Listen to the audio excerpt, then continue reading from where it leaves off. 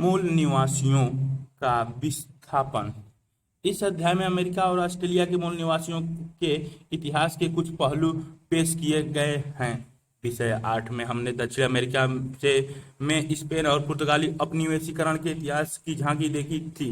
18वीं सदी से दक्षिण अमेरिका के और भी हिस्सों में तथा मध्य उत्तरी अमेरिका, दक्षिण अफ्रीका, ऑस्ट्रेलिया तथा न्यूजीलैंड के इलाकों में यूरोप से आए अप्रवासी बसने लगे। इस प्रक्रिया ने वहां के बहुत से मूल निवासियों को दूसरे इलाकों में जाने पर मजबूर किया।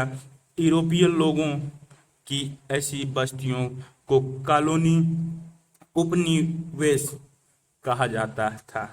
जब यूरोप से आए इन उपनिवेशों के बसिंदे यूरोपीय मातृ देश से स्वतंत्र हो गए तो उन्हें राज्य या देश का दर्जा हासिल हो गया। 19वीं और 20वीं सदी में एशियाई देशों के लोग भी इनमें से कुछ देशों में आ बसे। आज ये यूरोपीय और एशियाई लोगों इन दोनों देशों में बहुसंख्यक हैं और वहाँ के मूल निवासियों की संख्या कम रह गई है।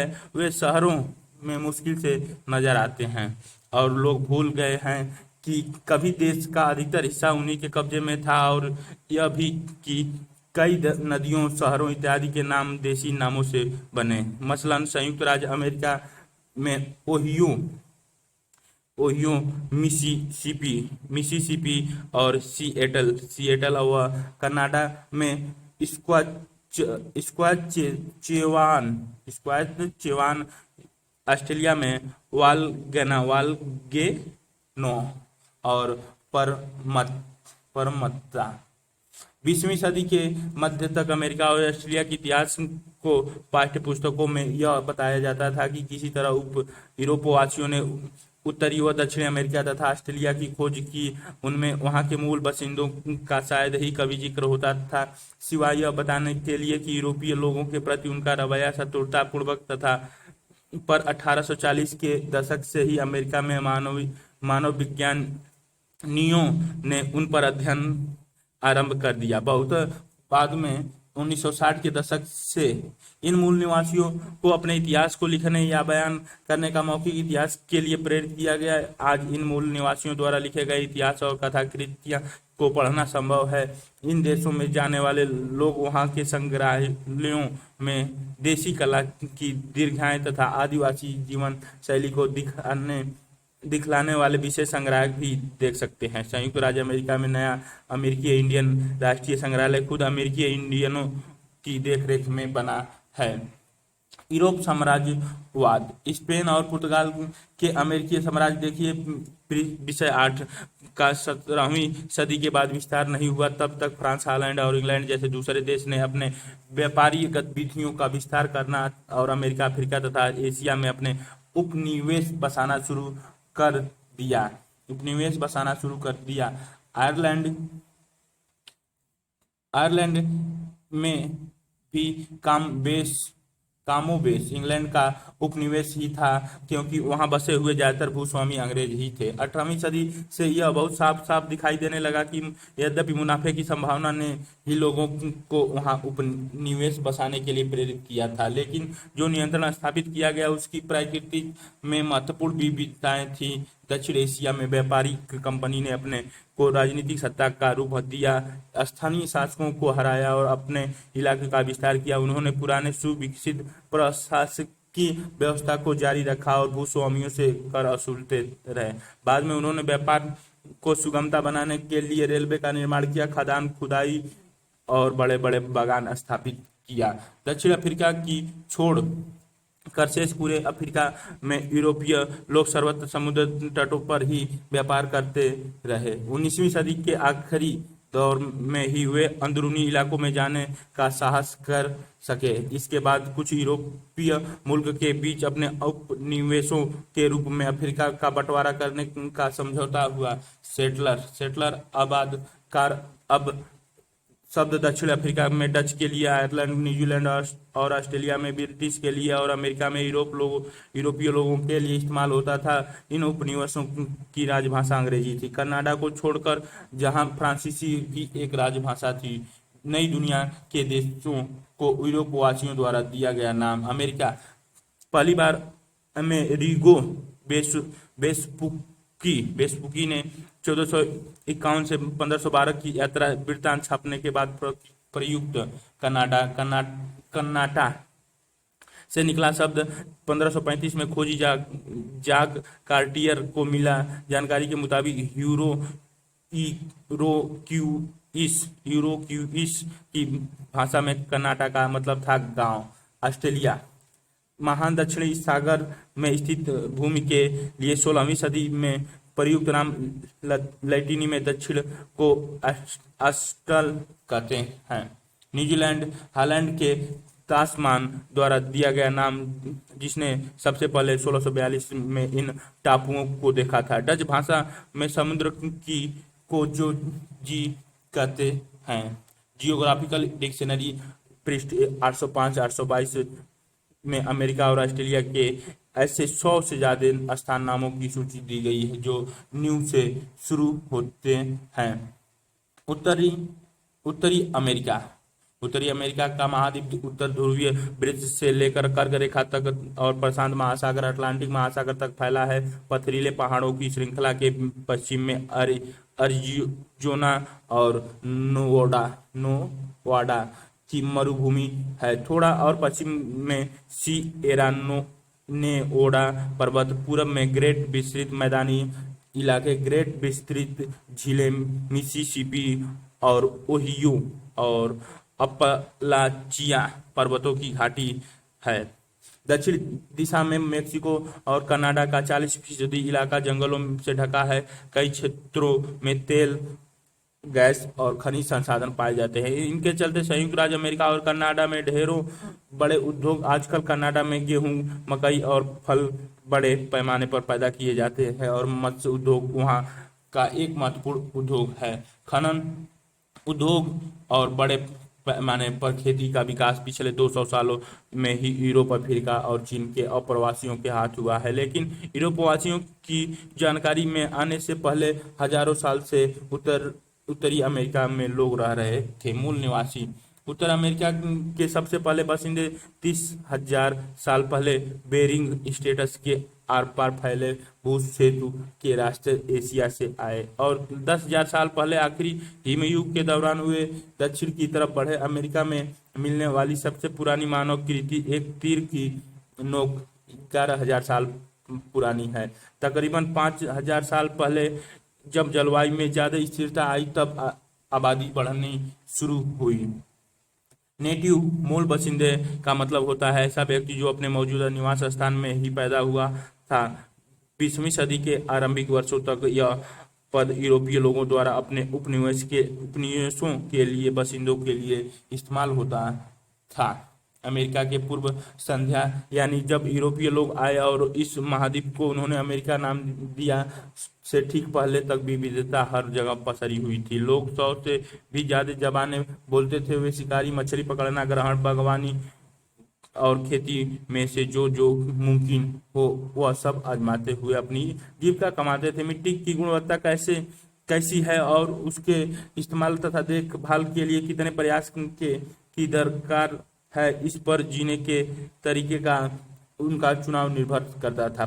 संस्कृति और सामाजिक पूर्वाग्रह के आधार पर कुछ दूसरी चीजें तय होती थी। मछली, अनाज, बाग के पेड़ पौधों, मांस, इनके अधिशेष हमारे यहाँ ताकतवर श्रेणी समाजों की रचना में मददगार बने। लेकिन वहाँ नहीं, कुछ संस्कृतियां सहस्राब्दी तक कायम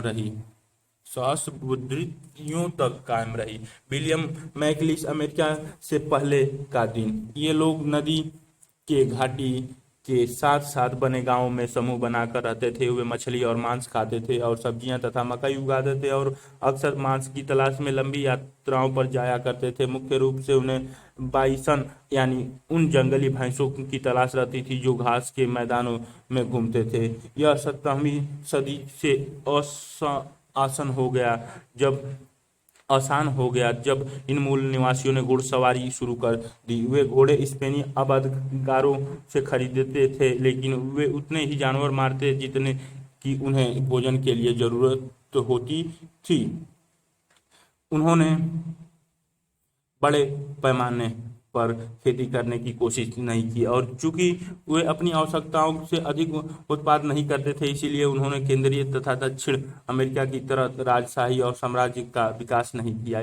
इलाके को लेकर कबीले के बीच झगड़े की कुछ मिसालें मिलती हैं, पर कुल मिलाकर जमीन पर नियंत्रण कोई मुद्दा नहीं था। वे जमीन पर अपनी मिल्कियत की कोई जरूरत महसूस किए बगैर उसने मिलने वाले भोजन और आश्रय से संतुष्ट थे। उनकी परंपरा की एक महत्वपूर्ण विशेषता थी कि औपचारिक संबंध और दोस्ती कायम करना तथा उपहारों का आदान प्रदान करना। चीजें उन्हें खरीदने के बजाय उपहार के तौर पर हासिल होती थी। उत्तरी अमेरिका में अनेक भाषाएं बोली जाती थी, हालांकि वे लिखी नहीं जाती थी। उनका विश्वास था कि समय की गति चक्रीय है और हर कबीले के पास अपनी उत्पत्ति और इतिहास के बारे में ब्यौरे थे जो पीढ़ी दर पीढ़ी चलते आ रहे थे। वे कुशल कारीगर थे और खूबसूरत कपड़े बुनते थे। वे धरती को पढ़ सकते थे, जलवायु और विभिन्न भू दृश्यों को वे सही तरह समझ सकते थे। जैसे जैसे पढ़े लिखे लोग लिखी हुई चीज पढ़ते थे, ये रंगीन सीपियों को आपस में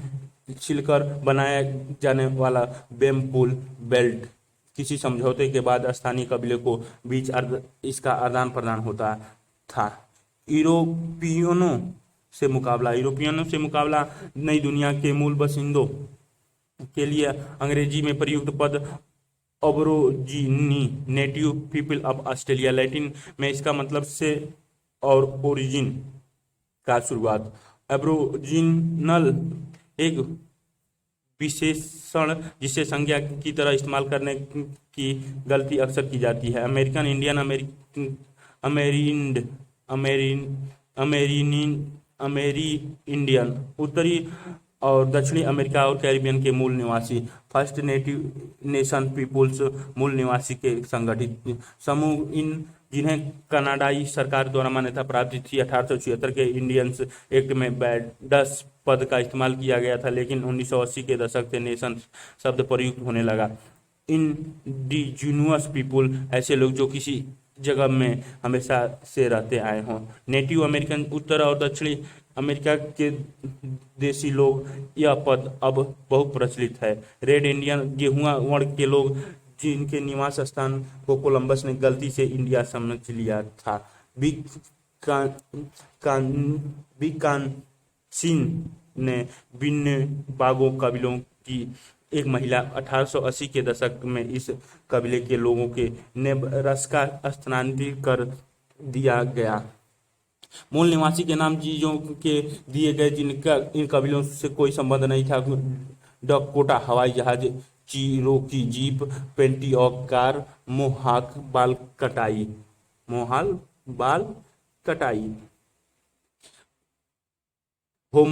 होपी अब कैलिफोर्निया के निकट रहने वाले आदिवासी हैं। प्रस्तर की पट्टी पर यह खुदा था कि होपी यह मानते थे कि उनके पास वापस आने वाले पहले भाई और बहन धरती के पार से कछुओं के रूप में आएंगे। वे इंसान होंगे पर कछुओं के रूप में आएंगे। इसीलिए जब समय आया तो होपी लोग धरती के उस पार से आने वाले उन कछुओं का स्वागत करने के लिए एक खास गांव में इकट्ठा हुए। वे सुबह सुबह उठ गए और उन्होंने सूर्योदय देखा। उन्होंने मरुभूमि के पार निगाह दौड़ाई और उन्हें बख्तरबंद स्पेनी क्वानिस्टाडोर दिखलाई पड़े, जो धरती के उस छोर से आते कछुओं की तरह लग रहे थे। सो उन्होंने समझा कि ये वही हैं जिनका इंतजार था। इसलिए वे स्पेनी इंसान के पास गए और हाथ मिलाने की उम्मीद में अपने हाथ बढ़ाए, लेकिन स्पेनी ने उनके हाथ में कोई सस्ती सी चीज पकड़ा दी और इससे पूरे उत्तरी अमेरिका में यह बात फैल गई कि बहुत कठिन समय आने वाला है, कि शायद कुछ भाइयों और बहनों ने सभी चीज़ों की पवित्रता को भुला दिया है और इसकी वजह से धरती पर सभी इंसान काफ़ी कष्ट पाने वाले हैं। ली ब्राउन की एक वार्ता से 1986। 17वीं सदी में 2 महीने के कठिन समुद्री अभियान के बाद उत्तर अमेरिका के तटीय पर पहुंचे यूरोप व्यापारियों को यह देखकर सुकून मिला कि वहां के स्थानीय लोगों का व्यवहार दोस्ताना और गर्मजोशी भरा है। दक्षिण अमेरिका गए स्पेनियों के विपरीत, जो वहाँ को की सोने की प्रचुरता से अभिभूत हो गए थे। ये लोग मछली और रोएदार खाल के व्यापार के लिए आए थे, जिसमें उन्हें शिकार कुशल देसी लोगों की ओर से अपेक्षित मदद मिली। थोड़ा और दक्षिण में मिसिसिपी के किनारे किनारे फ्रांसीसियों ने पाया कि देसी लोग नियमित रूप से जमा होते थे। इसका मकसद था कि ऐसे हस्तशिल्पों का आदान प्रदान करना जो किसी खास कबीले में ही बनते थे, या ऐसे खाद्य पदार्थों का आदान प्रदान जो इन इलाकों में उपलब्ध नहीं थे। स्थानीय उत्पादों के बदले में यूरोपीय लोग वहां के बासिंदों को कंबल, लोहे के बर्तन, जिसे वे कभी कभी अपने मिट्टी के पात्रों की जगह इस्तेमाल करते थे, बंदूकें जो जानवरों को मारने में तीर धनुष की अच्छी पूरक साबित हुई, और शराब देते थे। वहाँ के बासिंदों का पहले शराब से परिचय नहीं था, वे जल्द ही इसकी आदत के शिकारी हो गए, जो कि यूरोपीय लोगों के लिए अच्छा साबित हुआ, क्योंकि इसने उन्हें व्यापार के लिए अपनी शर्तें थोपने में सक्षम बनाया। यूरोपीय लोग ने उन मूल निवासियों से तंबाकू की आदत ग्रहण की। क्यूबेक अमेरिका उपनिवेश। क्यूबेक में 1457 में जॉन कैबेट न्यूफाउंडलैंड पहुंचा। 1507 में अमेरिगो डे वेस्पुक की ट्रेवल्स प्रकाशित हुई। 1534 में जैक कार्टियर ने सेंट लॉरेंस नदी के किनारे किनारे यात्रा का और मूल बासिंदों से मिला। 1608 में फ्रांसीसियों ने क्यूबेक उपनिवेश की खोज की। 1607 में ब्रिटिश लोगों ने वर्जीनिया उपनिवेश की खोज की। 1620 में ब्रिटिश लोगों ने प्लाईमाउथ मैसाचुसेट्स में की खोज की। पारस्परिक धारणाएं। 18वीं सदी में पश्चिमी यूरोप के लोग मध्य सभ्य मनुष्यों की पहचान साक्षरता, संगठित धर्म और शहरीपन के आधार पर ही करते थे। उन्हें अमेरिका के मूल निवासी असभ्य प्रतीत हुई। फ्रांसीसी दार्शनिक शास्त्र जैक रूसो जैसे कुछ यूरोपियों के लिए ऐसे लोग तारीफ के काबिल थे, क्योंकि वे सभ्यता की विकृति से अछूत थे। इसीलिए इसके लिए एक प्रचलित पद था, उदात्त उत्तम जंगली, द नोबेल सेवगेज। एक दूसरा नजरिया अंग्रेजों की के कवि विलियम वर्ड्सवर्थ की कुछ पंक्तियों में मिलता है। वर्ड्सवर्थ और रूसों में से कोई भी किसी अमेरिकी मूल निवासी से नहीं मिला था, लेकिन वर्ड्सवर्थ ने उनका वर्णन करते हुए कहा कि वे जंगलों में रहते हैं, जहाँ कल्पना शक्ति के पास उन्हें भाव संपन्न करने, उन्हें ऊंचा उठाने या परिष्कृत करने के अवसर बहुत कम हैं। जिसका मतलब यह कि प्रकृति के निकट रहने वाले की कल्पना शक्ति और भावना अत्यंत सीमित होती है। संयुक्त राज्य अमेरिका के तीसरे प्रेसिडेंट और वर्ड्सवर्थ के समकालीन थॉमस जेफरसन ने मूल निवासियों के बारे में ऐसे शब्द कहे जिन पर आज के समय में कड़ा विरोध जाहिर किया जाता है। यह अभागी नस्ल जिसे सभ्य बनाने के लिए हमने इतना जहमत उठाई, अपने उन्मूल का औचित्य सिद्ध करती है। दिलचस्प है कि एक दूसरे लेखक वाशिंगटन इरविंग ने, जो वर्ड्सवर्थ से खास छोटे थे और जो मूल निवासियों से सचमुच मिले थे, उनका वर्णन बिल्कुल भिन्न रूप से किया।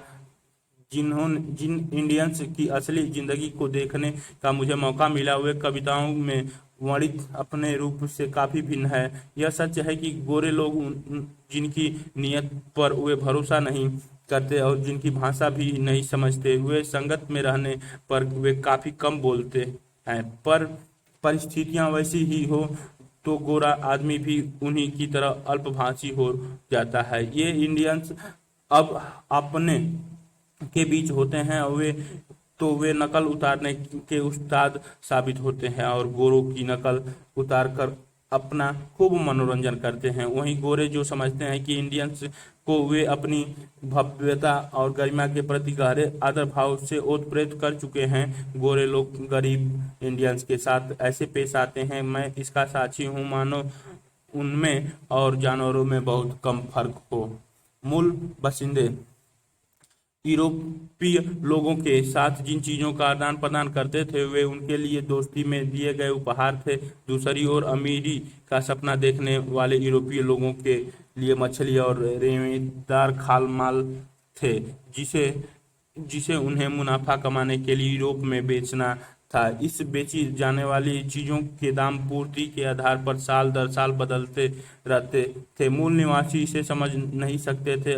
उन्हें सुदूर यूरोप में स्थित बाजार का जरा भी बोध नहीं था। उनके लिए तो यह सब पहेली की तरह था कि यूरोपीय व्यापारी उनकी चीजों के बदले में कभी तो बहुत सारा सामान देते थे और कभी बहुत कम। वे यूरोपीय लोगों के लालच को देखकर भी दुखी होते थे। प्रचुर मात्रा में रेशेदार खाल हासिल करने के लिए उन्होंने सैकड़ों ऊद बिलाओं को हलाल किया था और मूल बाशिंदे इससे काफी विचलित थे।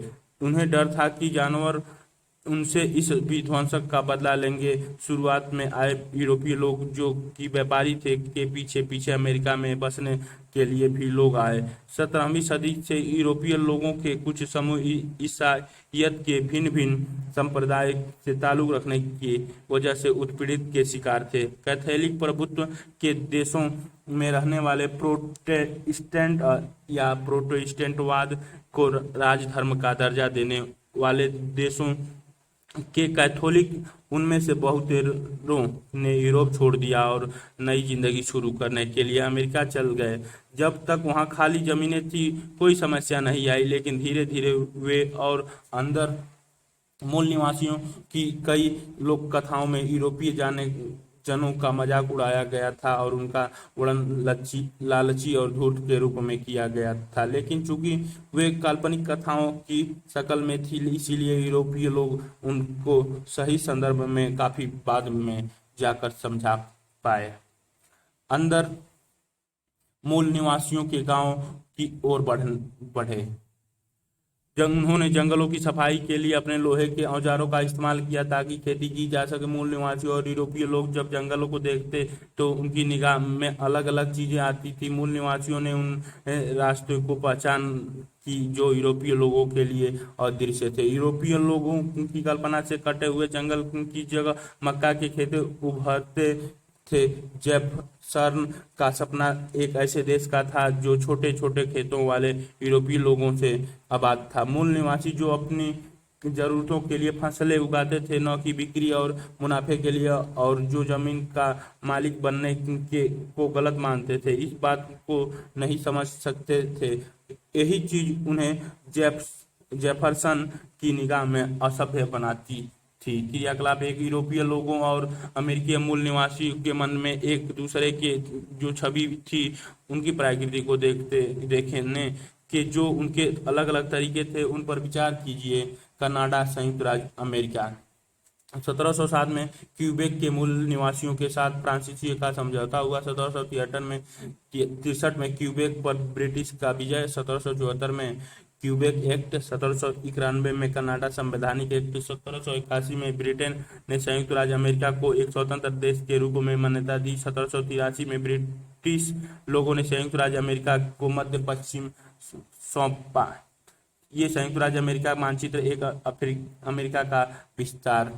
कनाडा के बगल में ऑरेगन देश, मिनीसोटा क्षेत्र, विस्कोन्सिन, आयोवा असंगठित क्षेत्र, उताह क्षेत्र, कैलिफोर्निया, न्यू मैक्सिको क्षेत्र, इंडियन क्षेत्र, आंशिक मैसूरी, आयोवा, इलिनोस,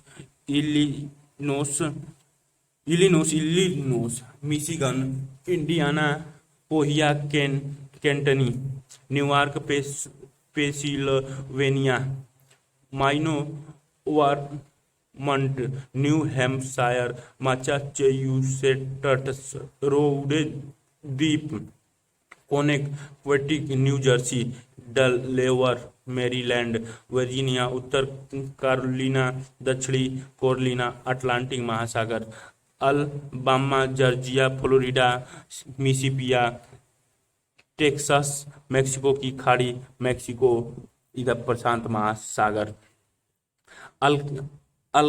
अलास्का नीचे रूस द्वारा 1867 में दिया गया। यह अटलांटिक महासागर बगल में है। कनाडा सबसे ऊपर। लाल वाले जो दिखाए संयुक्त राज्य अमेरिका 1883 में था। ल्यूसिलिया 1803 में फ्रांस से खरीदा गया। 1818 1842 में ग्रेट ब्रिटेन द्वारा दी गई। 1819 में स्पेन से खरीदी गई। 1845 में हड़पी गई। 1846 में ग्रेट ब्रिटेन से संधि के द्वारा दी गई। 1848 में मेक्सिको द्वारा दी गई। गेट सेडेन द्वारा 1857 में खरीदी गई। जिन मुल्कों में हम कनाडा और संयुक्त राज्य अमेरिका के नाम से जानते हैं, वे 18वीं सदी के अंत में वजूद में आए। अपने वर्तमान क्षेत्रफल का एक छोटा हिस्सा ही उस समय उन्हें कब्जे में था। मौजूदा आकार तक पहुंचने के लिए अगले 100 साल में उन्होंने अपनी नियंत्रण वाले इलाकों में काफी इजाफा किया। संयुक्त राज्य अमेरिका ने कई विशाल क्षेत्रों की खरीद की। उन्होंने दक्षिण में फ्रांस, लुइसियाना, परचेज और रूस, अलास्का से जमीन खरीदी। साथ ही उसने युद्ध में भी जमीन जीती। दक्षिण संयुक्त राज्य अमेरिका का अधिकतर हिस्सा मैक्सिको से ही जीता गया है। किसी के मन में यह ख्याल नहीं आया कि उन इलाकों में रहने वाले मूल बासिंदों की भी राजमंदी ली जाए। संयुक्त राज्य अमेरिका की पश्चिमी सरहद फ्रंटियर खिसकती रहती थी, और जैसे जैसे यह खिसकता जाती मूल निवासी भी पीछे खिसकने के लिए बाध्य किए जाते थे। कनाडा संयुक्त राज्य अमेरिका 1803 में फ्रांस से लुइसियाना की खरीद। 1825 से 1858 संयुक्त राज्य अमेरिका के मूल निवासी आरक्षित क्षेत्रों में पहुंचाए गए। 1837 में फ्रांसीसी कनाडाई विद्रोह। 1832 में जस्टिस मार्शल का फैसला। 1840 में उच्चतर और निम्नतर कनाडा की कैनेडियन यूनियन। 1849 में अमेरिकी गोल्ड रश। 1859 में कनाडा गोल्ड रश। 1861 से 1865 में अमेरिकी गृह युद्ध। 1867 में कनाडा महासंघ। 1865 से 90 में अमेरिकी इंडियन युद्ध। 1869 से 85 तक कनाडा में मेटिसियो द्वारा रेड रिवर विद्रोह। 1870 में पर्म महाद्वीपीय रेलवे। 1876 में कनाडा इंडियंस एक्ट। 1890 में अमेरिका में जंगली भैंसों का प्राय उन्मूलन। 1885 में पार महाद्वीपीय रेलवे के जरिए पूर्वी और पश्चिमी तटों का जुड़ाव। 1892 में अमेरिकी फ्रंटियर का अंत।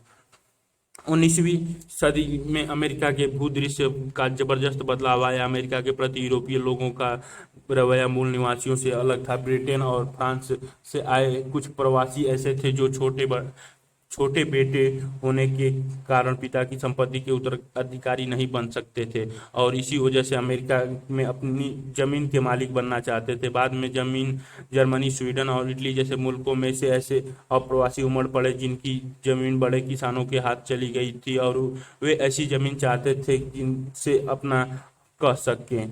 पोलैंड से आए लोगों को पेरियरी चारागाहों में काम करना अच्छा लगता था, जो उन्हें अपने घरों से स्टेपीज घास के मैदानों की याद दिलाते थे, और यहाँ बहुत कम कीमत पर बड़ी संपत्तियां खरीदा पाना उन्हें बहुत रास आ रहा था। उन्होंने जमीन की सफाई की और खेती का विकास किया। उन्होंने ऐसे फसलें धान और कपास उगाई जो यूरोप में नहीं उगाई जा सकती थी, और इसीलिए वहां उन्हें ऊंचे मुनाफे पर बेचा जा सकता था। अपने विस्तृत खेतों को जंगली जानवरों, भेड़ और पहाड़ियों शेरों से बचाने के लिए उन्होंने शिकार ये चित्र में दिखाया गया है। ये चित्र कब का है भाई? कोलोराडो का एक पशु फार्म चित्र दिखाया गया है के जरिए उनका सफाया ही कर दिया। 1873 में कंटीले तारों की खोज के बाद ही वे अपने को पूरी तरह सुरक्षित महसूस कर पाए। घर के बाहर काम करने के लिहाजा से दक्षिणी इलाकों के जलवायु यूरोपीय जन के लिए काफी गर्म थी, और दक्षिणी अमेरिकी उपनिवेशों का यह अनुभव रहा था कि दास बनाए गए मूल निवासी बहुत बड़ी संख्या में मौत के शिकार हुए थे। इसीलिए बागान मालिकों ने अफ्रीका से दास खरीदे। दास प्रथा विरोधी समूहों के विरोध के चलते दासों के व्यापार पर तो रोक लग गई, लेकिन जो अफ्रीका संयुक्त राज्य अमेरिका में थे वे और उनके बच्चे दास ही बने रहे। संयुक्त राज्य अमेरिका के उत्तरी राज्यों ने जहां अर्थतंत्र बागानों पर और इसीलिए दास प्रथा पर टिका हुआ नहीं था, दास प्रथा को खत्म करने के पक्ष में दलील दी और उसे एक अमानवीय प्रथा बताया। 1861 से 65 में दास प्रथा को जारी रखने वाले और उसके खात्मे की वकालत करने वाले राज्यों के बीच युद्ध हुआ। दासता विरोधी की जीत हुई, दास प्रथा खत्म कर दी गई। हालांकि अफ्रीका मूल के अमेरिकियों को नागरिक स्वतंत्रताओं के लिए अपने संघर्ष के विजय 20वीं सदी से आकर ही मिल पाई और तभी स्कूलों तथा ट्रेन बसों में उन्हें अलग रखने की व्यवस्था समाप्त हुई। कनाडाई सरकार के सामने एक ऐसी समस्या थी जो लंबे समय तक हल नहीं हो पाई थी और जो मूल निवासियों के सवाल के मुकाबले ज्यादा जरूरी प्रतीत होती थी। 1763 में ब्रिटिश लोगों ने फ्रांस के साथ हुई लड़ाई में कनाडा को जीता था, जहां फ्रांसीसी आबादकार लगातार स्वायत्तता राजनीति दर्ज की मांग कर रहे थे। 1867 में कनाडा को स्वायत्तता राज्यों के एक महासंघ के रूप में गठित करके ही उस समस्या का हल निकल पाया। अपनी जमीन से मूल बाशिंदों की बेदखली। जैसे जैसे संयुक्त राज्य अमेरिका ने अपनी बस्तियों का विस्तार किया, जमीन की बिक्री के समझौते पर दस्तखत कराने के लिए मूल निवासियों को वहां से हटाने के लिए प्रेरित या बाध्य किया गया। उन्हें दी गई कीमतें बहुत कम थी और इसके भी उदाहरण मिलते हैं कि अमेरिकियों संयुक्त राज्य अमेरिका में रहने वाले यूरोपीय लोग के लिए प्रयुक्त पद ने धोखे से उनसे ज्यादा जमीन ले ली या पैसा देने के मामले में वायदा खलीफी की। उच्च अधिकारी भी मूल बाशिंदे की देखभाल को गलत नहीं मानते थे। यहाँ जॉर्जिया के एक प्रकरण में देखा जा सकता है कि जॉर्जिया संयुक्त राज्य अमेरिका का एक राज्य है। यहाँ के अधिकारियों की दलील थी कि चिरोकी काबिला राज्य के कानून से शासित तो होता है, लेकिन वे नागरिक अधिकारों का उपयोग नहीं कर सकते। ध्यान देने की बात है कि मूल निवासियों में से चिरोकी ही ऐसे थे जिन्होंने अंग्रेजी सीखने और अमेरिका जीवन शैली को समझने की सबसे ज्यादा कोशिश की और तब भी उन्हें नागरिक अधिकार नहीं दिए गए। 1832 में संयुक्त राज्य अमेरिका के मुख्य न्यायाधीश जॉन मार्शल ने एक महत्वपूर्ण फैसला सुनाया। उन्होंने कहा कि चिरोकी कबीला एक विशिष्ट समुदाय है और उसके स्व अधिकार वाले इलाकों में जॉर्जिया का कानून लागू नहीं होता और वे कुछ मामलों में संप्रभुता संपन्न है। संयुक्त राज्य के राष्ट्रपति एंड्रयू जैक्सन उनकी छवि आर्थिक और राजनीतिक पक्षपात के खिलाफ लड़ने वाले की थी। इंडियंस का मामला आने पर वह बिल्कुल उलट गए। उन्होंने मुख्य न्यायाधीश की इस बात को मान रखने से इनकार कर दिया और चिरोकियों को अपनी जमीन से हाँक कर विस्तृत अमेरिकी मरुभूमि ग्रेट अमेरिकन डेजर्ट की ओर खदेड़ने के लिए अमेरिकी फौज भेज दी।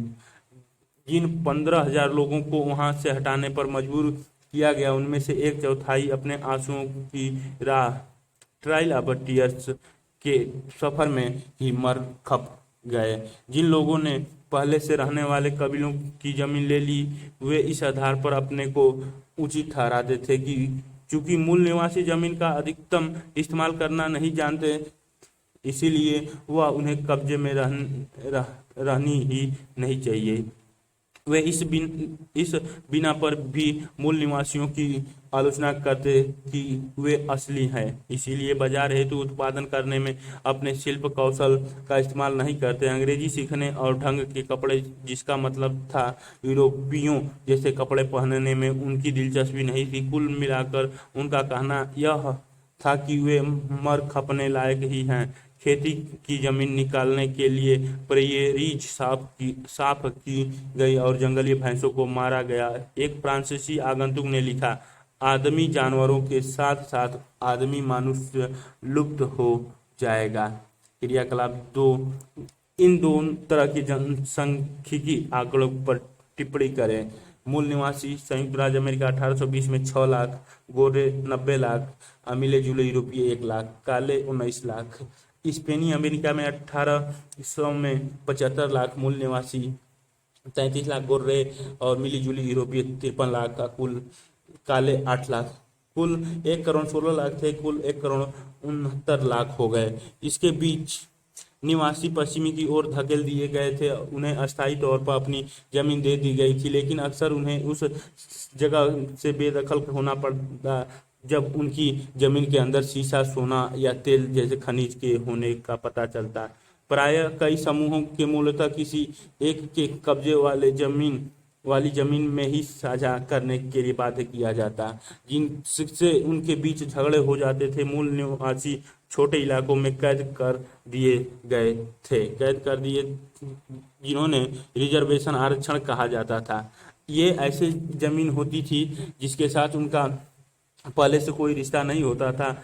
ऐसा नहीं है कि अपनी जमीन उन्हें बिना लड़े छोड़ दी हो। संयुक्त राज्य अमेरिका की फौज ने 1865 से 1890 के बीच विद्रोहियों की एक पूरी श्रृंखला का दमन किया था। कनाडा में 1869 से 1885 के बीच मेटिसियो यूरोपीय मूल निवासियों के वंशज के सशस्त्र विद्रोह हुए थे, लेकिन इन लड़ाइयों के बाद उन्होंने हार मान ली। मानव शास्त्र, यदि यह महत्वपूर्ण है कि इस समय 1840 के दशक में उत्तरी अमेरिका में मानव शास्त्र विषय जो कि फ्रांस में विकसित हुआ था की शुरुआत हुई। यह शुरुआत स्थानीय आदमी समुदायों और यूरोप के सभ्यता समुदायों के बीच के अंतर के अध्ययन के लिए हुई थी।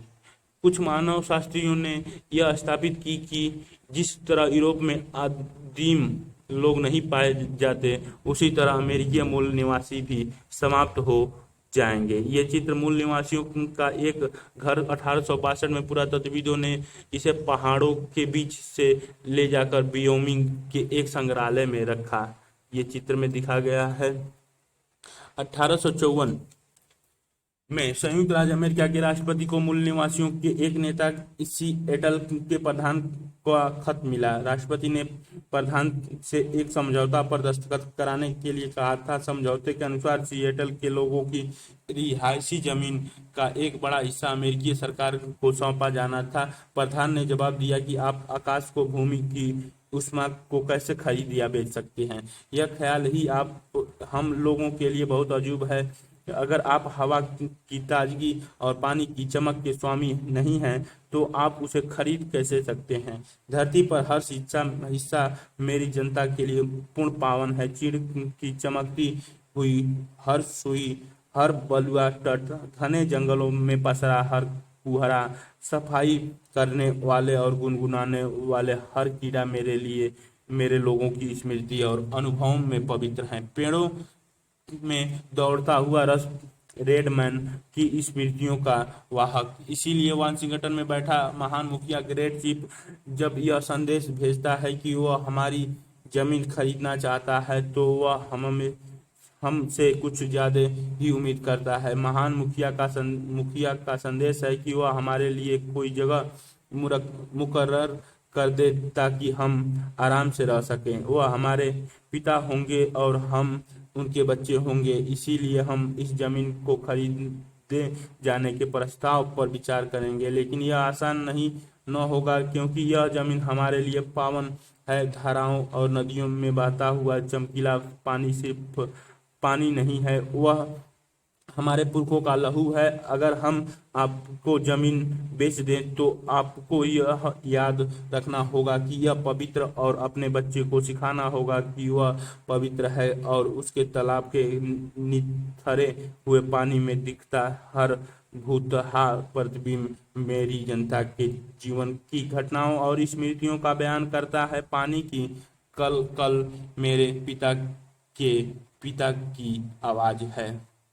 गोल्ड रश और उद्योग की वृद्धि। यह उम्मीद हमेशा से की जाती थी कि उत्तरी अमेरिका में धरती के नीचे सोना है। 1840 में संयुक्त राज्य अमेरिका के कैलिफोर्निया में सोने के कुछ चिन्ह मिले। इसने गोल्ड रश को जन्म दिया। यह उस आपाधापी का नाम है जिससे हजारों की संख्या में आतुर यूरोपीय लोग चुटकियों में अपनी तकदीर संवारने लेने की उम्मीद में अमेरिका पहुंचे। इसके चलते पूरे महाद्वीप में रेलवे लाइनों का निर्माण हुआ, जिसके लिए हजारों चीनी श्रमिकों की नियुक्ति हुई। संयुक्त राज्य अमेरिका रेलवे का काम 1870 में पूरा हुआ और कनाडा की रेलवे का काम 1885 में। एड्रियन कार्नेगी ने, जो स्कॉटलैंड से आया हुआ एक गरीब अप्रवासी और संयुक्त राज्य अमेरिका के पहले करोड़पति उद्योग स्वामियों में से एक था, कहा पुराने राष्ट्र घोंघे की चाल से सरकते हैं, नए गणराज्य किसी एक्सप्रेस की गति से दौड़ रहा है। इंग्लैंड में औद्योगिक क्रांति के एक खास समय में होने के पीछे एक कारण यह भी था कि छोटे खेतिहर बड़े किसानों के हाथ अपनी जमीन से वंचित होकर कारखानों की नौकरी की ओर मुड़ रहे थे। देखिए विषय 9। उत्तरी अमेरिका में उद्योग कई अलग तरह के कारणों से विकसित हुए। रेलवे के साथ सामान बताने के लिए, ताकि दूर दूर की जगह को तीव्र परिवहन के द्वारा जोड़ा जा सके, और ऐसे यंत्रों का उत्पादन करने के लिए जिनमें बड़े पैमाने की खेती को आसान बनाया जा सके। संयुक्त राज्य अमेरिका और कनाडा दोनों जगहों पर औद्योगिक नगरों का विकास हुआ और कारखानों की संख्या तेजी से बढ़ी। 1860 में संयुक्त राज्य अमेरिका का अर्थतंत्र अविकसित अवस्था में था। 1890 में वह दुनिया का अग्रणी औद्योगिक शक्ति बन चुका था। बड़े पैमाने की खेती का भी विस्तार हुआ। बड़े बड़े इलाके साफ किए गए और खेतों के रूप में उनके टुकड़े किए गए। 1890 तक आते आते जंगली भैंसों का लगभग पूरी तरह उन्मूलन किया जा चुका था, और इसी तरह शिकार वाली वह जीवनचर्या भी समाप्त हुई, जिसे मूल बासिंदे सदियों से जीते आ रहे थे। 1892 में संयुक्त राज्य अमेरिका का महाद्वीपीय विस्तार पूरा हो चुका था। प्रशांत महासागर और अटलांटिक महासागर के बीच का क्षेत्र राज्य में विभाजित किया जा चुका था। अब कोई फ्रंटियर नहीं रहा, जो कई दशकों तक यूरोपीय आबादकारों को पश्चिमी की ओर खींचता रहा था। कुछ ही वर्षों के भीतर संयुक्त राज्य अमेरिका हवाई और फिलीपींस से अपनी औपनिवेशिक बसा रहा था, और वह एक साम्राज्यवादी शक्ति बन चुका था। संवैधानिक अधिकार। आबादकारों ने 1770 के दशक से आज़ादी के अपने संघर्ष में लोकतांत्रिक भावनाओं के जिस नारे के तहत एकजुटता बनाई थी, वह पुरानी दुनिया।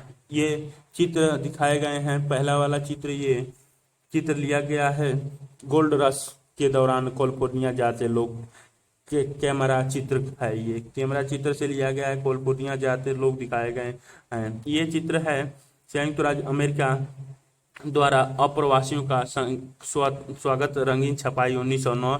नीचे प्रेरी की एक पशु फार्म, जो गरीब यूरोपीय अप्रवासी का सपना होता था। कैमरा चित्र दोनों है, दिखाया गया है कि राजशाही और अभिजात तंत्रों के खिलाफ संयुक्त राज्य अमेरिका की पहचान बनी।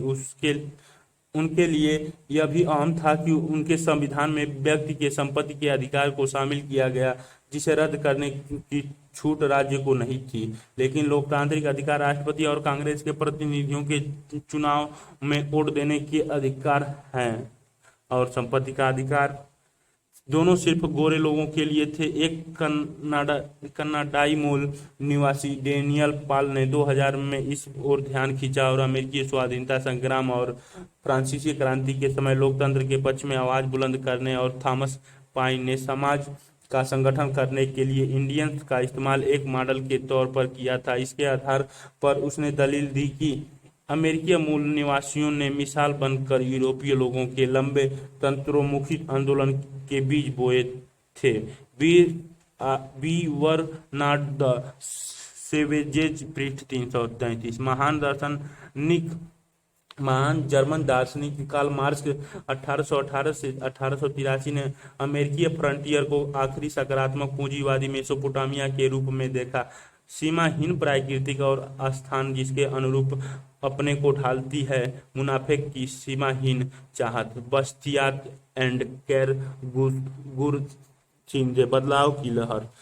1920 के दशक तक संयुक्त राज्य अमेरिका और कनाडा के मूल निवासियों के लिए कुछ भी बेहतर होना शुरू नहीं हुआ। संयुक्त राज्य अमेरिका की समस्त जनता को प्रभावित करने वाली बड़ी आर्थिक मंदी से कुछ साल पहले 1928 में समाज वैज्ञानिक लेवाइस मेरियम के निर्देशन में संपन्न हुआ एक सर्वेक्षण प्रकाशित हुआ, the problems of Indian administration, जिसमें रिजर्वेशन में रह रहे मूल निवासियों की स्वास्थ्य और शिक्षा सुविधाओं की दरिद्रता का बड़ा ही दारुण चित्र प्रस्तुत किया गया था। गोरे अमेरिकियों के मन में उन मूल निवासियों के प्रति सहानुभूति जागी जिन्हें अपनी संस्कृति को पूरा पूरा निभाने से रोका जाता था और साथ ही साथ नागरिकता के लाभों से वंचित रखा जाता था। इसने संयुक्त राज्य अमेरिका में एक युगांतकारी कानून को जन्म दिया, 1934 का इंडियन रीऑर्गेनाइजेशन एक्ट, जिसके द्वारा रिजर्वेशन के मूल निवासियों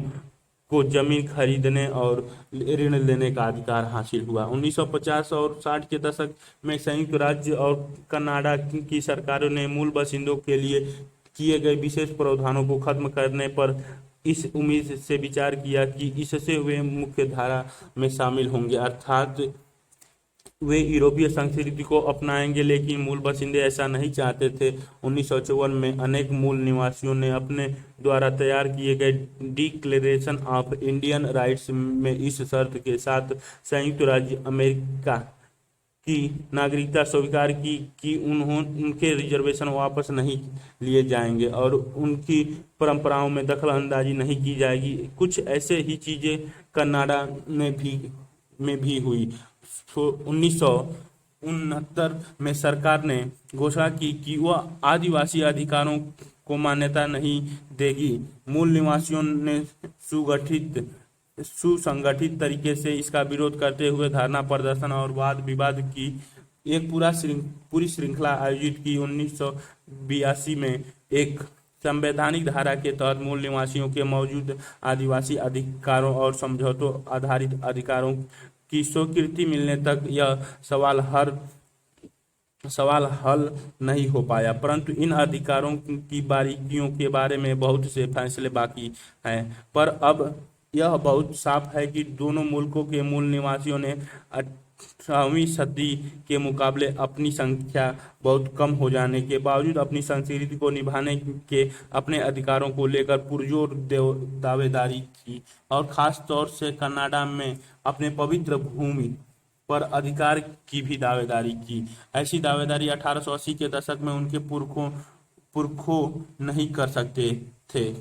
क्रियाकलाप 3 अमेरिकी इतिहासकार होवर्ड स्पार्डेन के इस कथन पर टिप्पणी करें, अमेरिकी क्रांति का जो प्रभाव गोरे आबादकारों के लिए था उससे ठीक विपरीत मूल निवासियों के लिए था। फैलाव सिकुड़न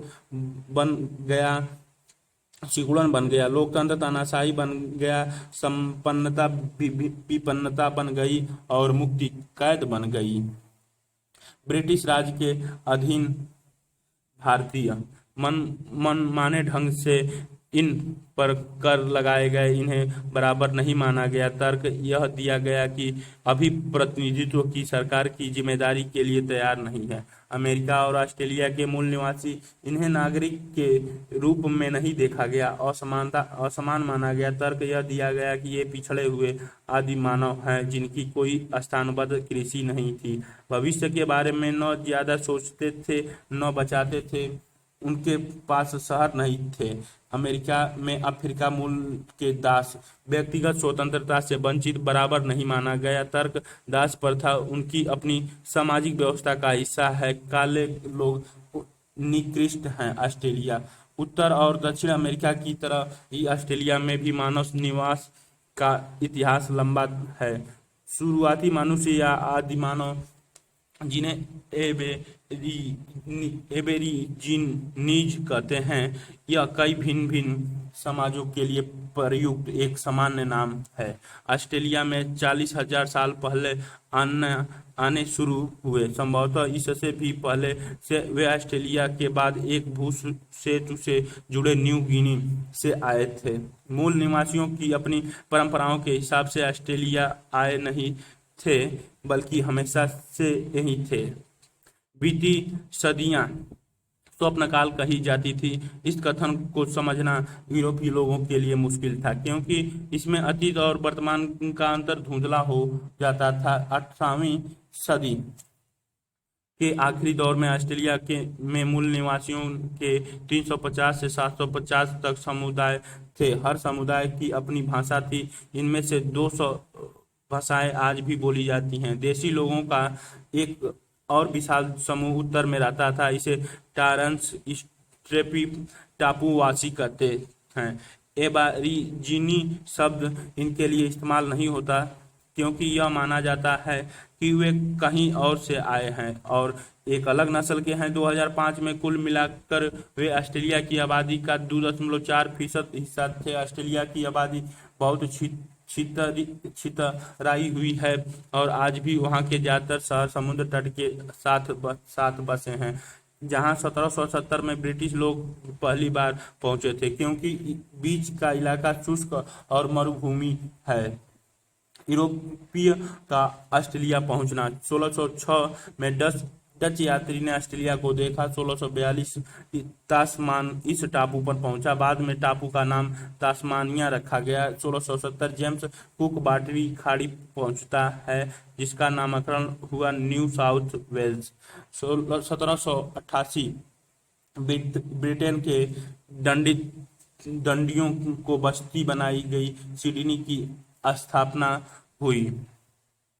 ये मानचित्र ऑस्ट्रेलिया का है। हिंद महासागर, डार्विन प्रशांत महासागर, Australia, New South Wales, Adelaide, Sydney, Canberra, Melbourne, Perth, दक्षिण महासागर, तस्मानिया, न्यूजीलैंड।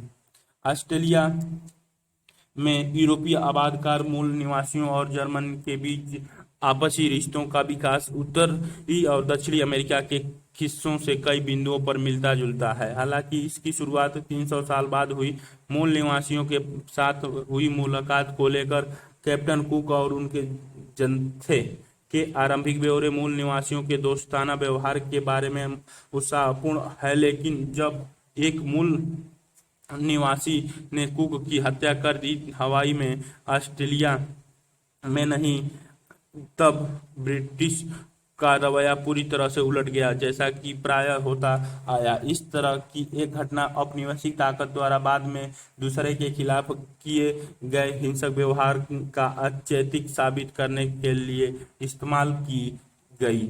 सिडनी के इलाके का एक वर्णन 1790 तक ब्रिटिशों की उपस्थिति ने आदिवासियों के उत्पादन को नाटकीय ढंग से अस्त व्यस्त कर दिया। हजारों भूखे मुखों के आने से जिनके पीछे पीछे सैकड़ों और आए, स्थानीय खाद्य संसाधनों पर भूतपूर्व दबाव पड़े। जो दारूग लोगों ने इन सब के बारे में क्या सोचता होगा, जिनके लिए पवित्र स्थानों का इतने बड़े पैमाने पर विनाश और अपनी जमीन के प्रति विचित्र हिंसक बर्ताव समझ से परे थे। वे ये नागागंतुक बिना वजह पेड़ को काटते जाते यहाँ बिना वजह इसीलिए जाना पड़ता था कि उन्हें न डोंगी बनानी थी, न जंगली शहद इकट्ठा करना था और न ही जानवर पकड़ने थे। पत्थरों को हटाकर उनका चट्टा लगा दिया गया, मिट्टी खोद कर उसे आकार देकर पका दिया गया, जमीन में गड्ढे बना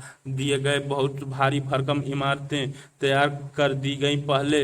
पहल उन्होंने इस सफाई की तुलना किसी पवित्र अनुष्ठानिक भूमि के निर्माण से की होगी। संभवतः उन्होंने सोचा कि एक विशाल कर्मकांडी जलसा होने जा रहा है और यह एक खतरनाक धंधा होगा, जिससे उन्हें पूरी तरह दूर रहना चाहिए। इससे कोई संदेह नहीं कि इसके बाद दारूक उन बस्तियों से बच कर रहने लगे और राजकीय अपहरण ही उन्हें वापस लाने का एकमात्र तरीका था। पिग्रीमास एम लैक ए मैग्रोकाथ एम क्वार्टलिट क्रिएटिंग अ नेशन। यूरोपीय लोगों के आगमन को सभी मूल बासिंदों ने खतरे की तरह नहीं देखा। वह यह अनुमान नहीं लगा पाए कि 19वीं और 20वीं सदी के दशमयान कीटाणुओं के असर से अपनी जमीन खोने के चलते और आबादकारों के साथ हुए लड़ाइयों में लगभग 90% मूल बासिंदे को अपनी जान गंवानी पड़ेगी। ब्राजील में पुर्तगाल कैदियों को बसाने का प्रयोग तब जाकर बंद कर दिया गया जब उन्हें हिंसक बर्ताव के मूल निवासियों को प्रति हिंसा पर उतारू कर दिया गया। ब्रिटिशों ने स्वतंत्र होने तक अमेरिकी उपनिवेशों में यह तरीका अपनाया और फिर उसे ऑस्ट्रेलिया में भी जारी रखा। ऑस्ट्रेलिया के ज्यादातर शुरुआती आबादकार इंग्लैंड से निर्वासित होकर आए थे और उनके कारावास पूरा होने पर ब्रिटेन वापस न लौटने की शर्त पर उन्होंने ऑस्ट्रेलिया में स्वतंत्र जीवन बिताने की इजाज़त दे दी गई। अपने क्षेत्र में इतने भिन्न इस इलाकों में किसी भी तरह के सहारे व बगैर जीवन यापन करने के लिए उन्होंने खेती के लिए ली गई जमीन से मूल निवासियों को निकाल बाहर करने में कोई झिझक नहीं दिखाई। ऑस्ट्रेलिया का विकास 1850 में ऑस्ट्रेलियाई बस्तियों को स्वशासन का अधिकार, 1851 से चीनी कुलियों का अप्रवास, 1855 में कानून बनाकर इसे रोका गया, 1851 से 1961 में गोल्ड रश, 1901 में 6 राज्यों को लेकर ऑस्ट्रेलिया संघ का निर्माण, 1911 से कैनबरा राजधानी बनाई गई, 1948 से 75 तक 20 लाख यूरोपीय लोग ऑस्ट्रेलिया में आकर बस गए। क्रियाकलाप 4, 1911 में यह घोषणा हुई कि नई दिल्ली और कैनबरा को क्रमशः ब्रिटिश भारत और ऑस्ट्रेलिया राष्ट्रमंडलों की राजधानी बनाई जाएगी। उस समय इन देशों के मूल निवासियों की राजनीतिक स्थिति की तुलना कीजिए और उसकी विषमता को रेखांकित कीजिए। यूरोपीय बस्तियों के तहत ऑस्ट्रेलिया का आर्थिक विकास अमेरिका जितना भिन्नात्मक पूर्ण नहीं था। भेड़ों के विशाल फार्म और खाने, इसमें पश्चात मदिरा बनाने हेतु अंगूर के बाग और गेहूं की खेती एक लंबी अवधि में और काफी परिश्रम से विकसित हो पाई। उन्होंने ऑस्ट्रेलिया की संपन्नता की बुनियाद तैयार की। और जब राज्य को मिलाया गया और 1911 में ऑस्ट्रेलिया की एक राजधानी बनाने की योजना चल रही थी, तब उसके लिए ब्लू व्हीट गोल्ड नाम का सुझाव दिया गया था। अंततः उसका नाम कैनबरा रखा गया, जो एक स्थानीय शब्द कैम्बरा से बना है, जिसका अर्थ है सभा स्थल। कुछ मूल निवासी ऐसे सख्त हालत में खेतों में काम करते थे कि उसका दास प्रथा में अंतर बहुत कम होता था। बाद में चीनी अप्रवासियों ने सत्ता श्रम मुहैया कराया, जैसा कि कैलिफोर्निया में हुआ था, लेकिन गैर गोरे पर बढ़ती हुई निर्भरता से जन्मी घबराहटे के चलते दोनों देशों की सरकारों ने चीनी अप्रवासियों को प्रतिबंध कर दिया। 1974 तक लोगों के मन में यह भय घर कर गया था कि दक्षिण एशिया और दक्षिण पूर्व एशिया के गहरी रंगत वाले लोग बड़ी तादाद में ऑस्ट्रेलिया में आ सकते हैं और इसीलिए गैर गोरे को बाहर रखने के लिए सरकार ने एक नीति अपनाई। बदलाव की लहर 1968 तक एक मानवशास्त्री W.E.H. स्टैनर की एक व्याख्यान से लोगों में बिजली की तरंग सी दौड़ गई। व्याख्यान का शीर्षक द ग्रेट ऑस्ट्रेलिया लाइसेंस, एक महान ऑस्ट्रेलिया चुंबी, और इतिहासकारों के मूल निवासियों के बारे में चुप्पी थी। 1970 के दशक से उत्तरी अमेरिका की तरह ही यहाँ भी मूल निवासियों को एक नए रूप में समझने की चाहत जाग चुकी थी। उन्होंने मानवशास्त्रीय जिज्ञासाओं के रूप में नहीं, बल्कि विशिष्ट संस्कृतियों वाले समुदाय के रूप में प्राकृतिक और जलवायु को समझने की विशिष्ट पद्धति के रूप में समझना था। उन्होंने ऐसे समुदायों के रूप में समझना था जिनके पास अपनी कथाओं और कपड़ा साजी, चित्रकारी, हस्तशिल्पी के कौशल का विशाल भंडार था और वह भंडार सराहने, आदर और तथा अभिलेखन के योग्य था। इन सब की तह में वह जरूरी सवाल था जिसे आगे चल कर हेनरी रेनॉल्ड्स ने अपनी प्रभावशाली पुस्तक व्हाइट वॉरंट बी टोल्ड, हमें बताया क्यों नहीं गया, में सामने रखा। इस किताब में ऑस्ट्रेलियाई इतिहास लेखन के उस ढर्रे की भर्त्सना की गई थी जिसमें कैप्टन कुक की खोज से ही इतिहास की शुरुआत मानी जाती थी। उसके बाद से मूल निवासियों की संस्कृतियों का अध्ययन करने के लिए विश्वविद्यालय विभागों की स्थापना हुई। कला दीर्घाओं, आर्ट गैलरी में देसी कलाओं की दीर्घाएं शामिल की गई है। देसी संस्कृति को समझने वाले कल्पनाशील तरीके से सज्जित कमरे के लिए संग्रहालयों में जगह बनाई गई और मूल निवासियों ने अपने जीवन इतिहास को लिखना शुरू किया। यह सब एक अद्भुत प्रयास है। यह प्रयास समय रहते शुरू हो गया। अगर मूल निवासियों की संस्कृतियों की अनदेखी बदस्तरू जारी रहती तो इस समस्या तक उसका काफी कुछ विस्मृति की गर्त में जा चुका होता। 1974 से बहुसंस्कृतिवाद ऑस्ट्रेलिया की राजकीय नीति रही है, जिसने मूल निवासियों की संस्कृति और यूरोप तथा एशिया के अप्रवासी की भांति भांति की संस्कृतियों को समान आदर दिया। भी हृदय वाली मेरी बहन कैथी, मैं नहीं जानती कि कागज की छाल पर लिखी तुम्हारे सपनों के समय की हर्ष विषाद मैं कहानियों के लिए मैं तुम्हें कैसे धन्यवाद दूं। तुम गहरी रंगत वाले उन बच्चों में से एक थी जिनके साथ खेलने की मुझे इजाजत न थी। नदी तट पर अपना खेमा गाड़ने वाले गलत रंग के लोग, मैं तुम्हें गोरा न बना सकी, इसीलिए काफी देर से मैं तुम्हें मिली। काफी देर से शुरुआत हुई जानने की। उन्होंने मुझे नहीं बताया था कि जिस जमीन को मैं इतना प्यार करती हूँ वह तुम्हारे ही हाथों से छीनी गई थी। दो स्वप्न में समय ओडगेरो नुकुकल के लिए। ऑस्ट्रेलिया लेखिका जूडिथ राइट्स 1915 से 2000 के ऑस्ट्रेलियाई मूल निवासियों के अधिकारों के लिए जोरदार आवाज बुलंद की। उसने गोरे और मूल निवासियों को अलग अलग रखने से होने वाली नुकसानों को लेकर अत्यंत प्रभावशाली कविताएं लिखी। 1970 के दशक से जब संयुक्त राष्ट्र संघ और दूसरी अंतर्राष्ट्रीय एजेंसियों की बैठक में मानवाधिकार शब्द सुनाई पड़ने लगा, ऑस्ट्रेलियाई जनता को यह एहसास हुआ कि संयुक्त राज्य अमेरिका, कनाडा और न्यूजीलैंड के विपरीत ऑस्ट्रेलिया में यूरोपीय लोग द्वारा किए गए भूमि ग्रहण को औपचारिक बनाने के लिए मूल निवासियों के साथ कोई समझौता पत्र तैयार नहीं किया गया है। सरकार हमेशा से ऑस्ट्रेलियाई की जमीन को टेरा न्यूक्लियस कहती आई थी। इसका मतलब था जो किसी की नहीं है।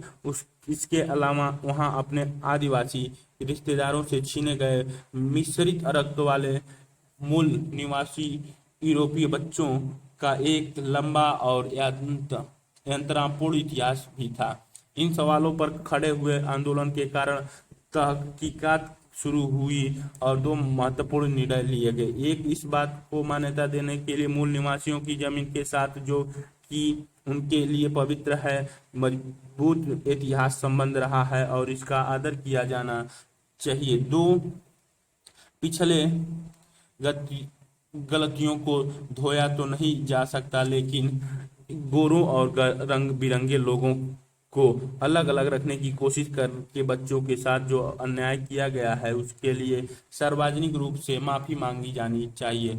1974 गोरे ऑस्ट्रेलियाई की नीति का खात्मा, एशियाई अप्रवासियों को प्रवेश की इजाजत। 1992 ऑस्ट्रेलियाई हाईकोर्ट द्वारा माबो केस में टेरा न्यूक्लियस की कानूनी अवैध की घोषणा और 1970 के पहले से जमीन पर मूल निवासियों के दावे को मान्यता। 1995 आदिवासी और टॉरेंस स्ट्रेट टापुवासी बच्चों को उनके परिवार से अलग किए जाने के मामले में राष्ट्रीय जांच। 1999 से 1820 से 1970 के दशक के बीच गुम हुए बच्चों से माफीनामे के तौर पर राष्ट्रीय क्षमा याचना दिवस द नेशनल सॉरी डे 26 मई को मनाया